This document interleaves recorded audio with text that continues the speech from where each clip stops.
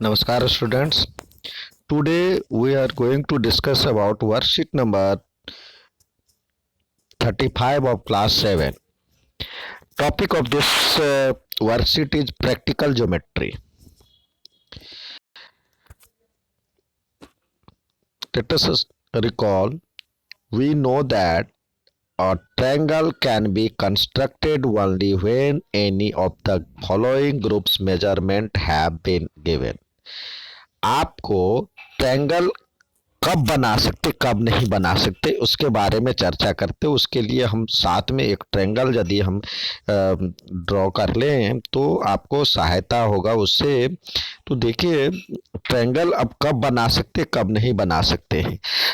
यदि देखिए इसमें ट्रायंगल में मेनली बनाने के लिए 6 पार्ट की आवश्यकता होती है। वैसे 3 वर्टेक्स होता है, आप जानते हैं, इसको वर्टेक्स कहते हैं, ये भी वर्टेक्स है, ये भी वर्टेक्स है, लेकिन इसकी जरूरत वर्टेक्स की कम आपको बनाने के लिए 3 एंगल की जरूरत होती है और 3 साइड की जरूरत होती है, ये साइड और ये साइड, यानी 6 पार्ट है।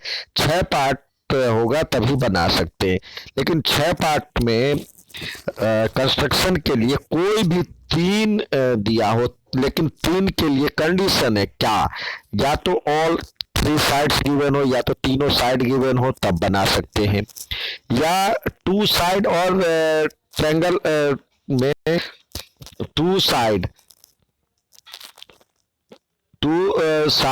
And angle between 2 sides, 2 side ले लेते हैं, ये साइड और ये साइड, और इसके बीच का एंगल भी पता होनी चाहिए तभी आप बना सकते हो, 2 साइड और उसके बीच का एंगल। या अगला है 2 angle between this 2 sides, 2 angle और उसके बीच का एक साइड पता हो तभी हम ड्रॉ कर पाएंगे।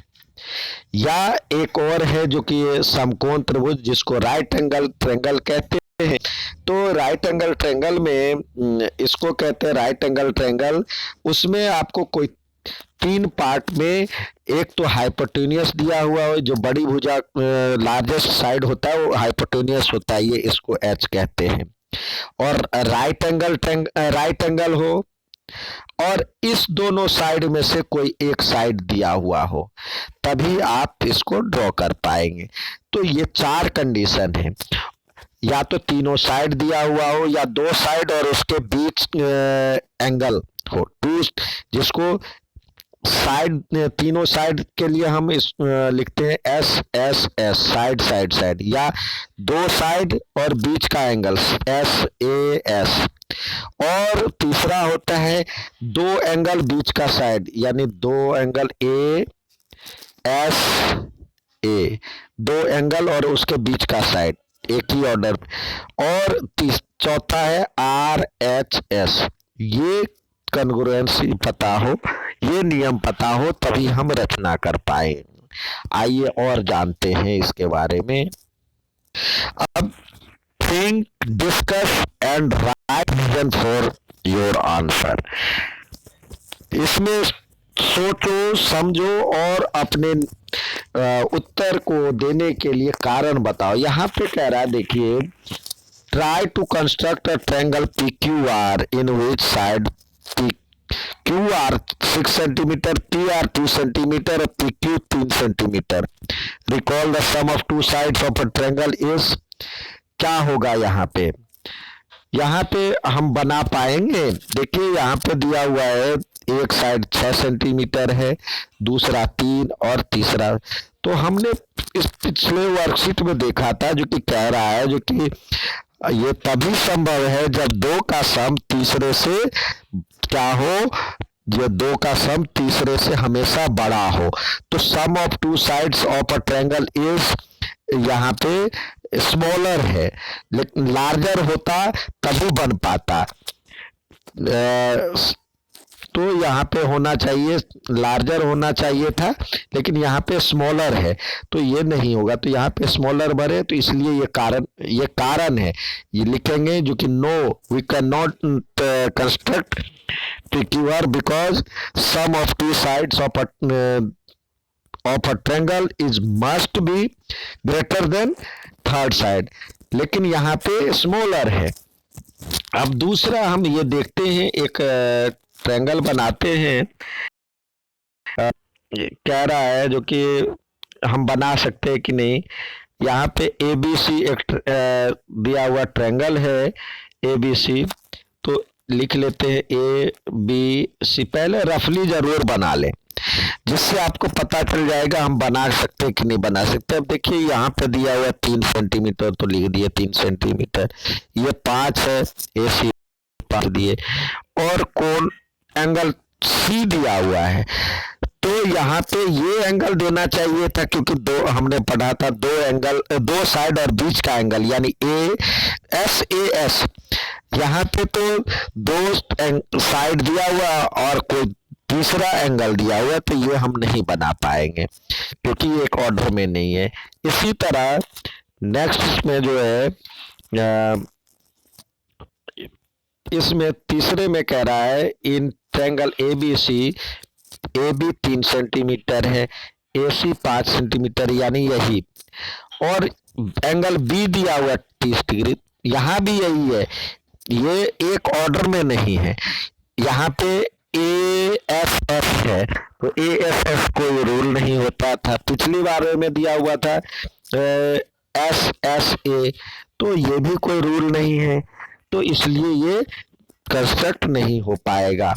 अब नेक्स्ट सवाल देखते हैं, इसी में कह रहा है लास्ट वाला सवाल, इन ट्रायंगल ए बी सी, तो हम पहले ए बी सी ड्रॉ कर लिए, लिख दिए यहाँ पे ए बी सी। अब कह रहा है ए सी दिया हुआ 7 सेंटीमीटर, तो हमने लिख लिया 7 सेंटीमीटर। एंगल ए दिया हुआ है 60 डिग्री, और एंगल बी दिया हुआ है 50 डिग्री, तो यहाँ भी इस नियम से तो नहीं बना सकते, लेकिन ये यहाँ पे हम एंगल सम प्रॉपर्टी, क्या होता है एंगल सम प्रॉपर्टी, दो का एंगल ऑफ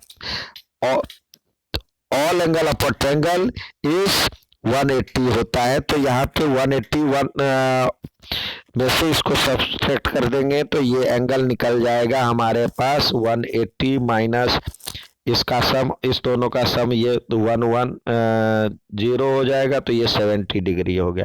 तो अब क्या हो गया, ये एंगल, ये साइड दिया हुआ है, ये एंगल निकल गया और ये निकल गया, तो यहाँ पे एस ए एस से हम इसको ड्रॉ कर सकते हैं। पहले एंगल सम प्रॉपर्टी से हमने ये निकाला।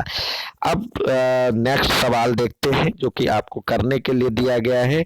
उसमें कह रहा है यूजिंग कंपास, इसमें दिया हुआ है using compass ruler construct a triangle DEF construct करना है। पहले रफली बना लें, देखिए क्या दिया हुआ है, इसको मान लेते हैं, एक को मान लेते हैं DEF, उससे आपको पता चल जाएगा जो क्या दिया है, क्या किसको पहले कंस्ट्रक्ट करना है। EF दिया हुआ है 7.5 और DF दिया हुआ है आपको 5 सेंटीमीटर, F दिया हुआ है 60 डिग्री। तो इसका मतलब क्या हुआ, साइड एंगल साइड से हम इसको कंस्ट्रक्ट कर पाएंगे। तो सबसे पहले अब हम क्या करेंगे, जो इसमें वैसे दोनों साइड में से कोई भी साइड ड्रॉ कर लेंगे, लेकिन हम कोशिश करें जो सबसे लार्जेस्ट साइड है उसको ड्रॉ करें। पहले लार्जेस्ट साइड को ड्रॉ कर लेते हैं। ये हो गया, इसका नाम हो गया EF और 7.5 सेंटीमीटर। ये रूलर की सहायता से आपको निकालना है।